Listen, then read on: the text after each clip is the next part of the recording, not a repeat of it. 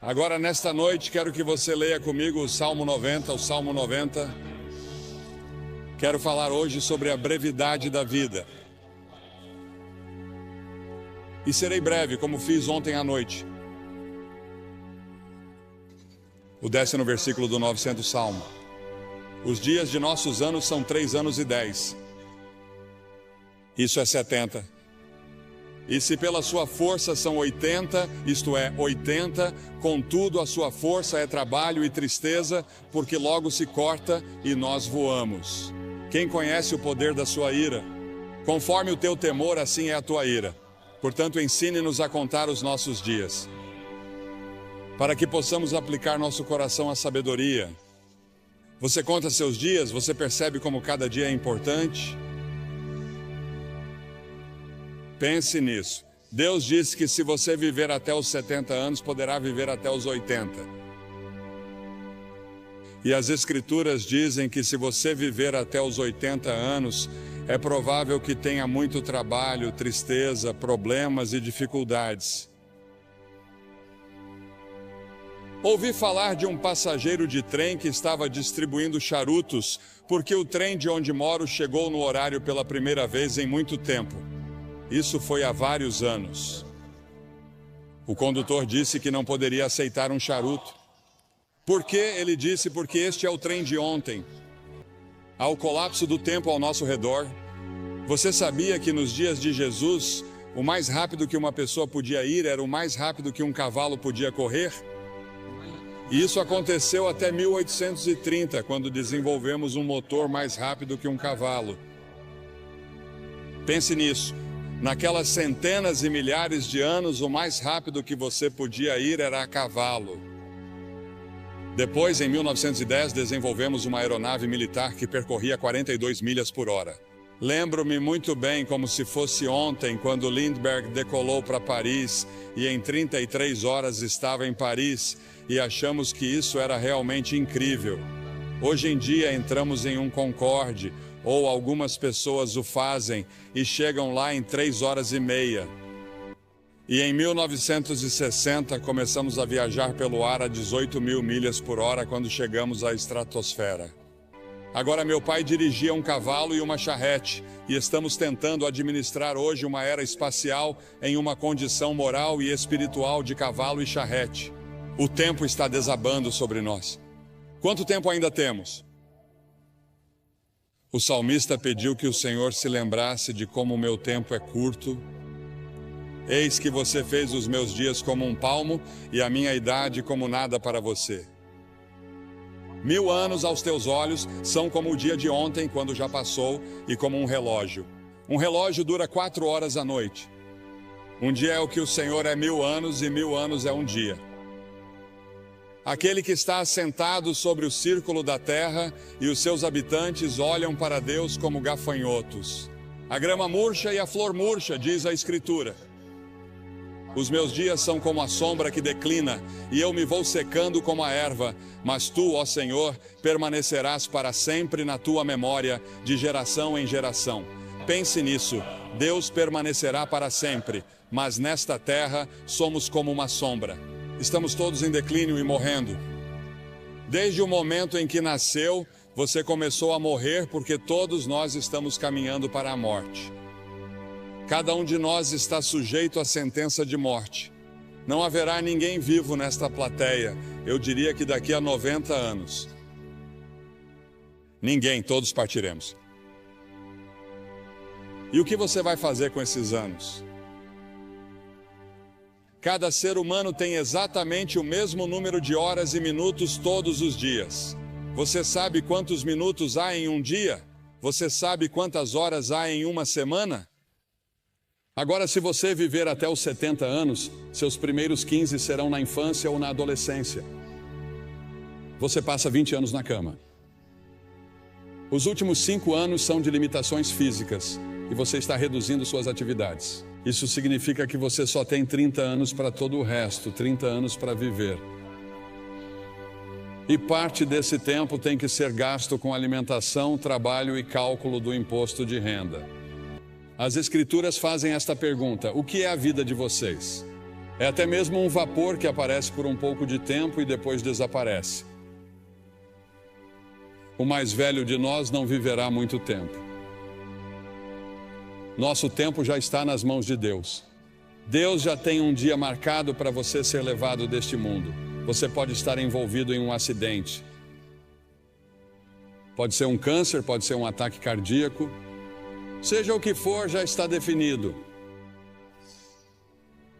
E as Escrituras dizem que ao homem está ordenado morrer uma vez, e depois disso, o julgamento.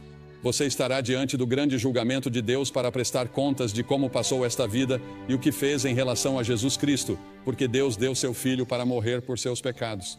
Porque, como você vê, somos todos pecadores. Todos nós temos a mesma doença. Não me importa a cor da pele de vocês. Deus não olha para a cor da sua pele. Deus olha para o seu coração e vê que você tem uma doença espiritual no coração, e essa doença espiritual no coração se chama pecado. E todos nós somos pecadores. Isso significa que violamos as leis de Deus, desobedecemos a Deus, nós nos rebelamos contra Deus, e por termos nos rebelado contra Ele, teremos de enfrentar um julgamento.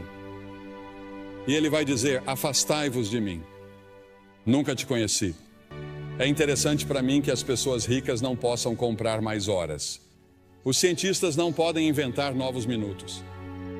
Você não pode nem mesmo economizar tempo para gastá-lo em outro dia. Você tem pouco tempo hoje. Diz que quer guardar para amanhã. Não pode fazer isso. Há urgência no tempo. A Bíblia diz: redimam o tempo porque os dias são maus. Os dias são muito ruins. Olhamos para nossos jornais e não conseguimos acreditar em todos os assassinatos, estupros e problemas raciais, todas essas coisas no mundo todo. Sim, os dias são maus e temos uma grande tarefa pela frente se quisermos que esta terra seja poupada por muito mais tempo. As Escrituras dizem que devemos redimir o tempo. É uma frase do mundo dos negócios. Significa comprar o tempo. Ouvi falar de pessoas que dão o dízimo de seu tempo. Devemos dar o dízimo de nosso dinheiro. 10% do nosso dinheiro pertence a Deus, se você for cristão. Mas podemos dizimar seu tempo. Reserve 10% do seu tempo e diga: Senhor, isso é seu para o estudo da Bíblia, para a oração. Você diz que passamos muito tempo nas rodovias, indo e voltando, e nas interestaduais, presos no trânsito. Você sabe, inventamos todas essas coisas modernas para economizar tempo, mas temos menos tempo do que nunca. Temos bem menos tempo hoje que meus pais na era dos cavalos e charretes. No entanto, temos automóveis e aviões velozes, e estamos correndo de um lugar para outro como loucos. E a maioria de nós não sabe o que fazer ao chegar lá.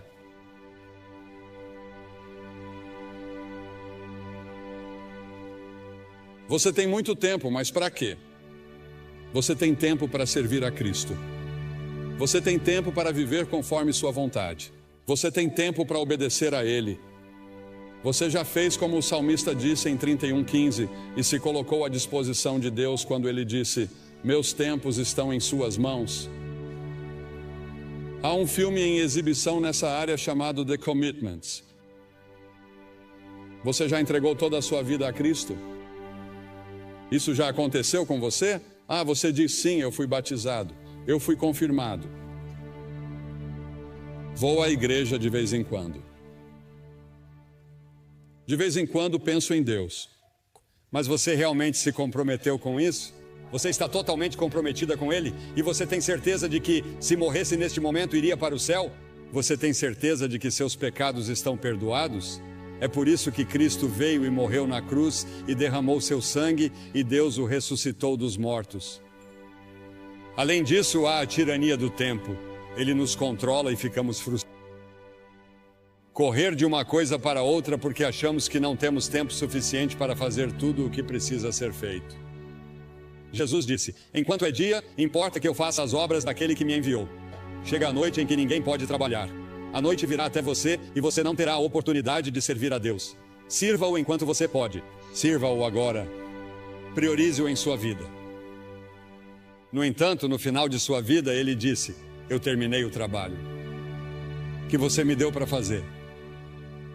Deus tem um plano para a sua vida e você pode concluí-lo com a ajuda de Deus, e Ele lhe dará uma alegria e uma paz que você nunca sonhou que existissem se você colocar sua confiança nele. Ah, sim, quando Jesus deixou a terra, havia pessoas que precisavam ser curadas e vidas que precisavam ser tocadas, mas Jesus disse que havia terminado a obra que lhe havia sido designada. Pelo Pai, Deus designou um trabalho que somente você pode realizar. Você é único. Ninguém pode tomar o lugar de vocês. E Deus precisa de você em seu reino. O tempo pode ser nosso aliado ou nosso algoz. Mesmo assim, o tempo é incrivelmente justo e perdoador. Não importa quanto tempo você tenha desperdiçado no passado, você ainda pode ter o amanhã. Adlai Stevenson disse certa vez que o que conta não são os dias de sua vida, mas a vida em seus dias. Precisa comprá-lo. Qual é o preço que você tem que pagar? O preço é que você não tem tempo para certas coisas.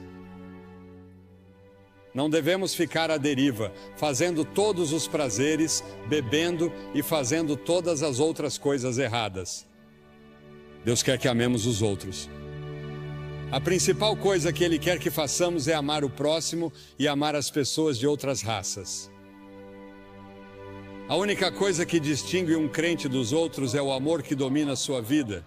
Sua vida deve ser cuidadosamente planejada. Depois há o término do tempo. Irmãos, o apóstolo Paulo disse em 1 Coríntios que o tempo é curto. No Apocalipse ele nos diz que o tempo não existirá mais. Jesus e seus discípulos passaram os 94 versículos de Mateus 24 até o final do capítulo 25 falando sobre o fim dos tempos. Ao nos aproximarmos do fim dos tempos, lemos em Apocalipse 12 que o diabo estará freneticamente ativo porque sabe que seus dias estão contados. Sim, existe um demônio. Existe um Satanás.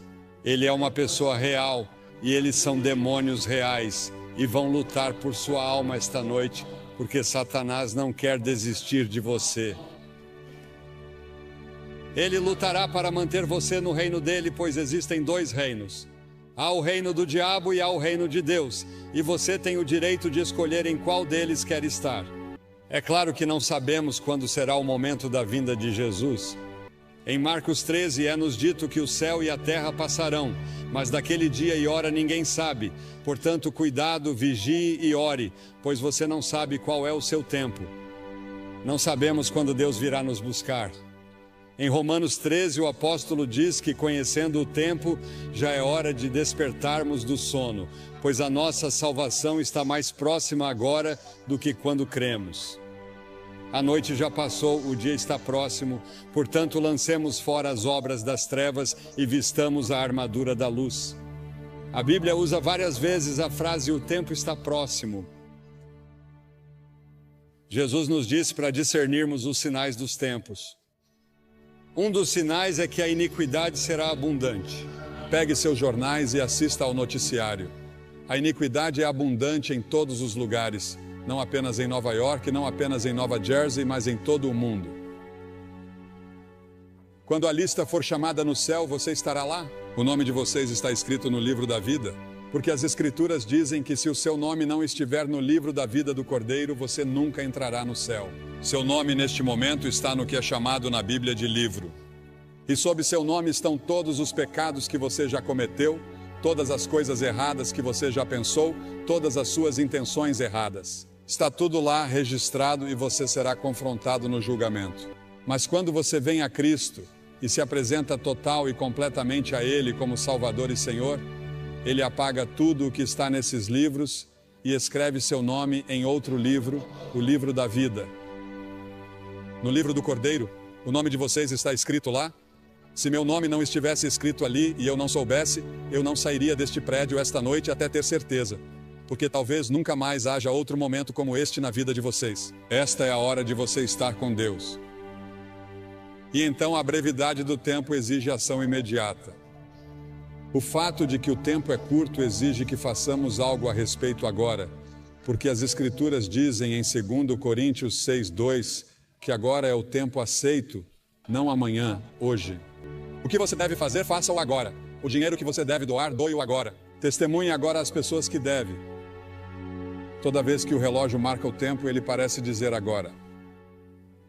Hoje, se vocês quiserem ouvir sua voz, não endureçam o coração. Você pode endurecer seu coração. Se você ouvir uma mensagem como essa, isso pode ser muito perigoso, porque você endurecerá seu coração. E na próxima vez que você ouvir o Evangelho, seu coração ficará cada vez mais duro. Venha a Cristo agora. Se houver um sussurro em seu coração de que você precisa vir, você vem. Depois há o aviso do tempo. Um dia será tarde demais para sua alma. O tempo é muito curto para indecisões e vacilações. Você não deve ficar entre duas opiniões. Os tolos dizem que há tempo de sobra. O diabo diz que você tem tempo de sobra. Todas as manhãs você tem 86.400 segundos para gastar e investir. A cada dia, o nome do banco abre uma nova conta com você. Talvez não haja amanhã. Venha agora. As Escrituras dizem, visto que todas essas coisas hão de acontecer, que tipo de pessoas vocês devem ser? Li um artigo há alguns anos falando sobre algumas pessoas que estavam se divertindo muito na véspera de Ano Novo, e o autor do artigo disse que elas bebiam como se não houvesse amanhã. Provavelmente todos vocês já ouviram a música, em outro momento e em outro lugar, e é isso que o diabo sussurrará em seu ouvido esta noite. Quando eu lhe disser que você precisa vir e assumir seu compromisso com Cristo, com essas centenas e milhares que já vieram nesta cruzada, o diabo dirá, espere, outra hora, outro lugar. Este não é o momento. Este é o momento. O simples fato de você estar aqui indica que é a hora. Por alguma estranha coincidência ou providência, Deus trouxe você aqui esta noite. E antes de vir você achava que estava bem com Deus, mas agora não tem certeza. E você quer ter certeza, você quer ter certeza. Sim, o demônio sempre diz, sim, faça isso. Mas em alguns momentos e em alguns lugares, Deus diz aqui e agora. Em Lucas 19, você vê Jesus chorando pelo povo de Jerusalém. Há um poema que ouvi pela primeira vez anos atrás que diz: há um tempo que não sabemos quando, um lugar que não sabemos onde, que sela o destino do homem para a glória ou para o desespero. Alguém me escreveu uma carta aqui esta semana. Diz, caro Sr. Graham, em 1957, sua cruzada foi ao antigo Madison Square Garden, na cidade de Nova York. Eu tinha 6 anos. Ainda me lembro da viagem de ônibus, das arquibancadas de madeira dura e dos meus sapatos pretos de couro envernizado. Lembro de tudo. Lembro-me de tudo como se fosse ontem. Quando você fez o convite para que eu entregasse minha vida a Cristo, eu estava pronto e me animei a ir. Mas infelizmente naquela época e naquela geração, minha mãe me respondeu e disse, quieto, sente-se. Não fazemos isso. Alguém pode ver você. Fiquei em minha cadeira. Aqui estamos 35 anos depois e tenho o privilégio de ser um conselheiro voluntário no andar de baixo. E é minha oração que nenhuma pessoa permaneça em seu assento, mas que venha à frente para receber Cristo.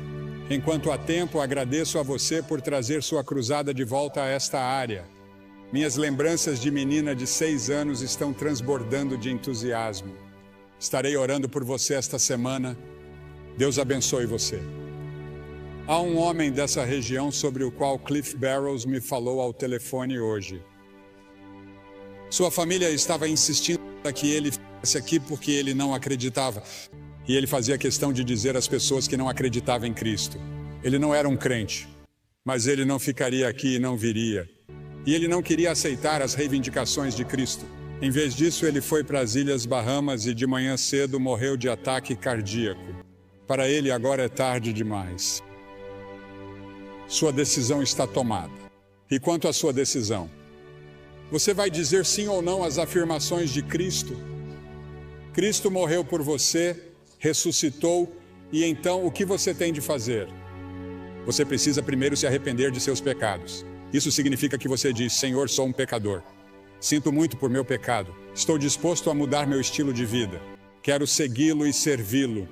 E entrego minha vida a você esta noite, ou rededico minha vida a você esta noite. Preciso de você, Senhor, e quero assumir meu compromisso nesta noite. Nessa cruzada, nunca mais estaremos neste auditório. E você está aqui esta noite. Vou pedir que você se levante do seu assento na varanda. Isso levará 1 minuto a mais, portanto, comece agora. Venham e fiquem todos na frente, na minha frente, na frente do pódio. E depois que todos vocês vierem, vou lhes dizer uma palavra, fazer uma oração com vocês e dar-lhes alguma literatura para ajudá-los em sua vida cristã. Você diz, por que você pede às pessoas que venham publicamente? Porque cada pessoa que Jesus chamou, ele chamou publicamente. Havia algo em tornar isso público. Ele morreu por você publicamente, pendurado nu em uma cruz. Certamente pode vir e apresentar-se aqui publicamente. Assumir seu compromisso com ele e dizer, Senhor, você tem tudo de mim hoje. Quero ter certeza de que estou pronto para conhecer você. Apenas levante e venha de qualquer parte do estádio.